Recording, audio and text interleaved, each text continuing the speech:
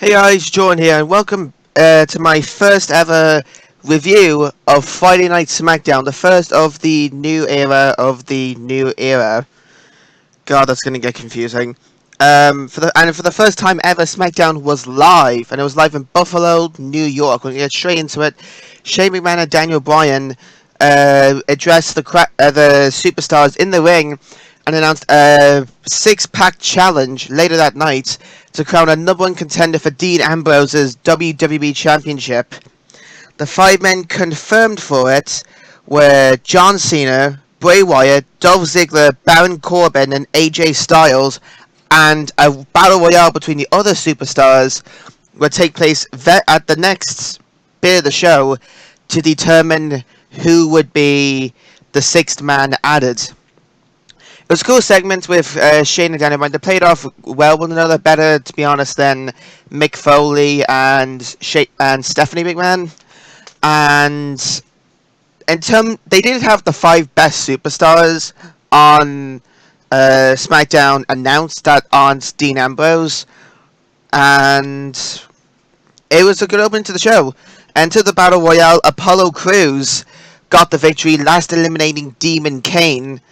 And I'm happy that they're now pushing the younger superstars, like Crews getting the victory. Then there was also some good in the bits in the match from the debuting Mojo Rawley, and the Ascension looked pretty decent. Kane went on a tear, and also, speaking of debuts, they've confirmed that next week, America Alpha is going to make their debut. They weren't in this match, but they will make their debut next week, so I am very, very excited about that.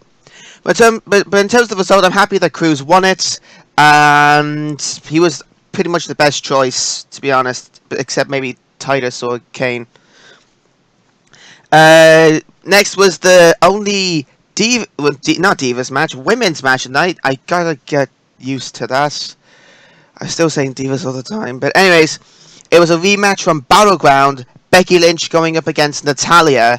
A good back and forth match between the two, with Becky winning the match by countering the sharpshooter into the disarmer, her submission maneuver. And then afterwards, things got very interesting.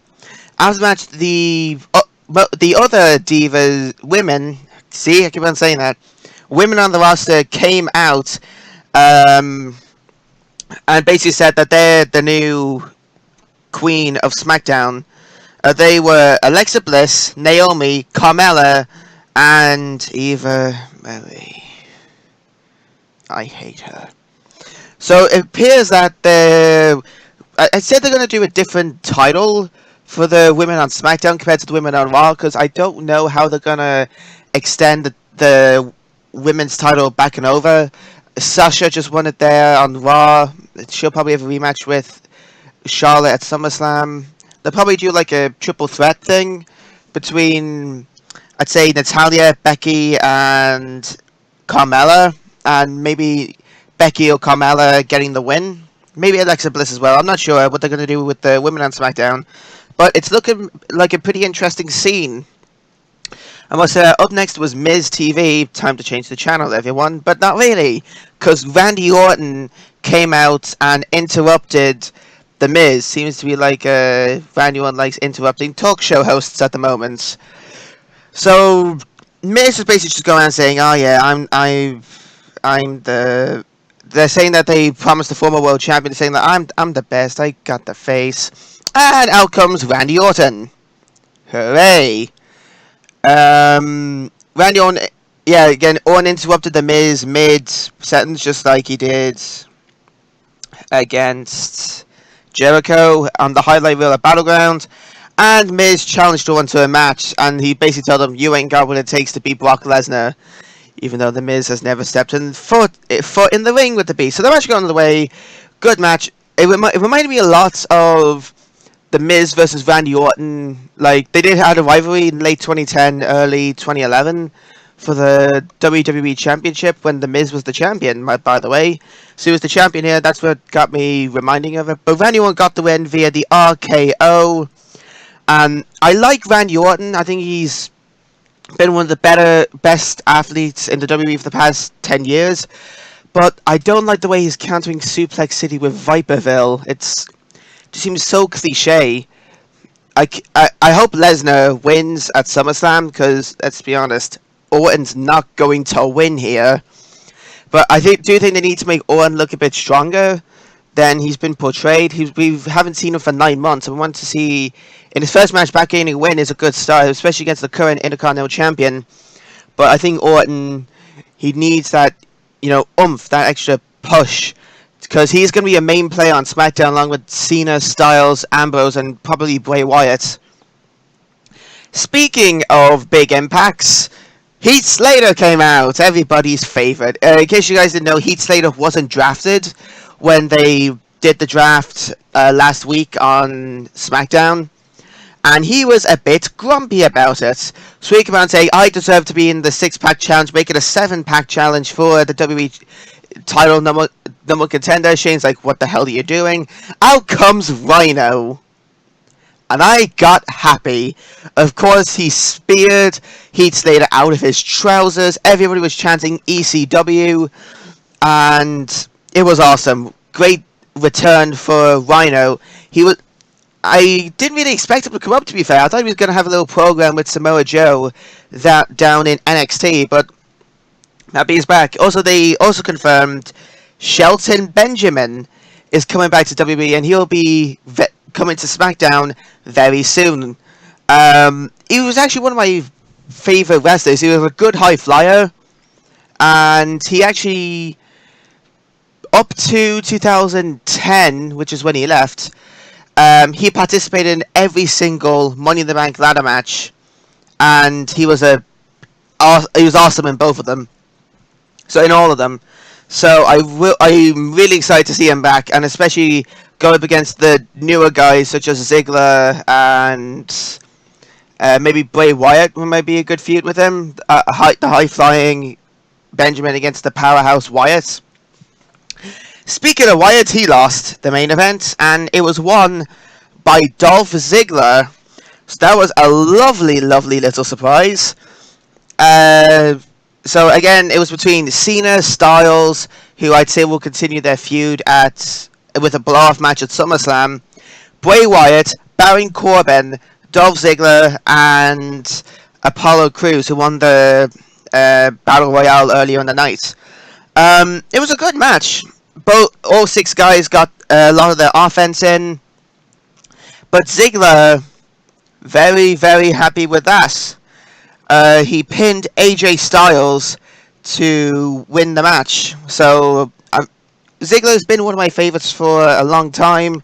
I do think that he's been sorely missed in the main event scene. And now that he's been drafted to SmackDown, and now he's got his title match against Dean Ambrose, it's going to be... I'm happy for him, because he has been one of the better mainstay competitors for the last 5 years or so. And he could either be a great heel. I remember his feud with Edge. He was a great heel. And he could also be a great face when he was with Team Cena against The Authority. So he is a very technically good wrestler. His style and Ambrose's style, I think, will gel well together. I think they're going to have a good match at Battleground. But I do kind of expect Ambrose to go over and retain his championship. And I'd say they'll just say at Battleground, sorry, at SummerSlam, Cena, Styles, whoever wins will go on to face Ambrose at Backlash, which that's going to be a SmackDown exclusive pay-per-view. They're bringing back Backlash. Usually that was after WrestleMania, hence the name Backlash. And it was cool that Shane McMahon announced it, because he was the special guest referee for the first ever main event at Backlash, which was The Rock versus Stone Cold Steve Austin for the WWE Championship. So a lot of good stuff there. In terms of the overall show, the results were good. Like, who deserved to win did win, I guess. But again, it's because, I don't know if it's because Raw is 3 hours, but SmackDown just felt rushed. It felt, fast compared to Monday nights. I think Raw needs to go back to 2 hours, because the third hour is just, it's too much. And I also think that Raw is incredibly overpowered. I do think SmackDown got the shaft when it came to the draft. I mean, they got Eva Marie, Mojo Rawley, The Ascension. Well, Raw was getting like even the first picks for their brands. You know what how it was gonna go and how Raw would do compared to SmackDown. Like Raw first picks Rollins, Balor, and Lesnar, I think. Well, first couple of picks was Rollins, Reigns, Lesnar, Sasha Banks, Charlotte, and Balor. I think it said Balor, I don't know. Meanwhile, with Raw, it was Dean Ambrose, John Cena, AJ Styles, Bray Wyatt, Baron Corbin, and Dolph Ziggler. Not really the best start there, but did you have America Alpha coming in? And I do think they're going to boost their tag division. And again, they're a bit underpowered when it comes to titles. Raw has 2 extra titles than them. Raw is like the W Universal Championship, which is a stupid name. The US title held by Rusev, the Women's Championship held by Sasha Banks, and the tag titles held by the New Day. I do think they don't really need. I think they don't really need the tag titles on SmackDown. I think they can just flip flop that between Raw and SmackDown, and just have the New Day appear on both because they're awesome, and create a separate women's title for SmackDown. Because I'd say the main players on Raw will be Sasha, Paige, Nia Jax, and Charlotte. And over on SmackDown, it will be Becky, Natalia, Carmella, and Alexa Bliss. And I think those 4 need their own little title. Where Bayley's going to come in when she debuts, I don't know. I want to see her on the flagship show, but I do think SmackDown needs a bit more of an oomph. The same thing, I think maybe Nakamura and Austin Aries may go there, and then Samoa Joe will go on Raw, because Raw seems like for the bigger superstars, like the ones like the draft of the Big Show, Lesnar again, Reigns. They do have some high flyers in there, especially for the Cruiserweight division coming there, like Neville, Balor, Rollins. But SmackDown, even if you look at them, seems to be for the more technically gifted guys like Styles, Cena, Ambrose, Ziggler. Sure, they have some big guys like Kane and Corbin and Rowan, but Raw seems to be for the bigger superstars, while SmackDown's for like the technical wrestlers. So I do think maybe they could bring back they are bringing the Cruiserweight title to Raw. I do think they should bring back older title to SmackDown, but I think they should bring back the Hardcore Championship and just scrap the 24-hour rule. And then they'd have the WWE Championship, the Intercontinental Championship, the Hardcore Championship, and Women's Championship, just to even things up with Raw.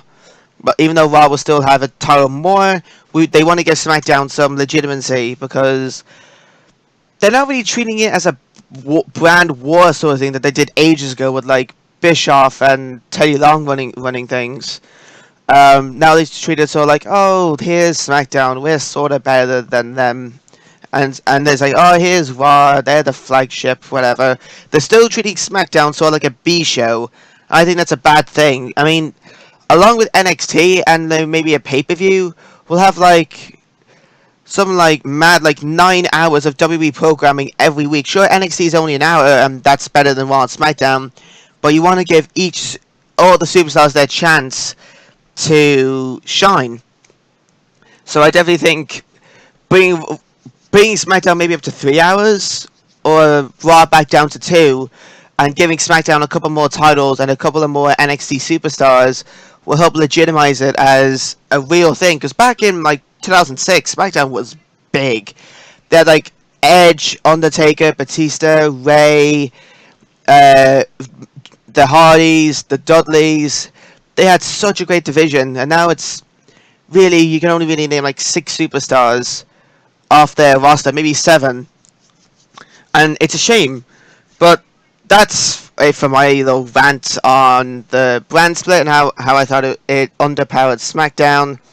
And let me guys know what you guys thought of SmackDown down in the description. I'm gonna let Tim take NXT this week, and then I'll do it next week. Then we'll do SummerSlam predictions and a review of it. So thank you guys so much for watching. Please like, subscribe, and I'll see you later. Take care.